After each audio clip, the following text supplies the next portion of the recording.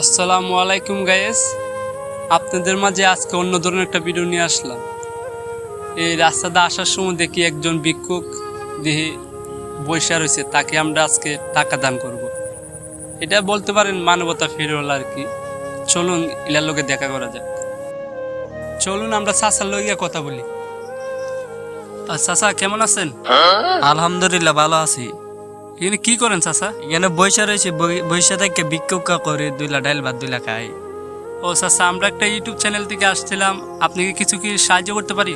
জি আচ্ছা চাচা, আপনাকে কিছু সাহায্য করি, নেন চাচা।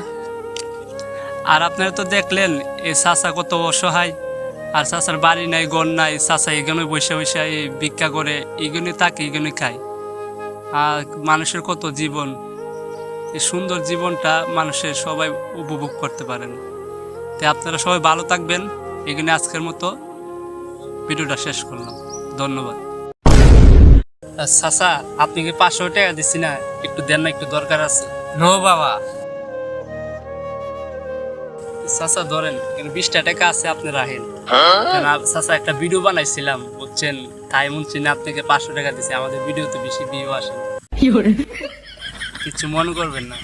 আচ্ছা বাবা, যাও তাহলে। এই ক্যামেরা বন্ধ করছো তুমি, চল চল।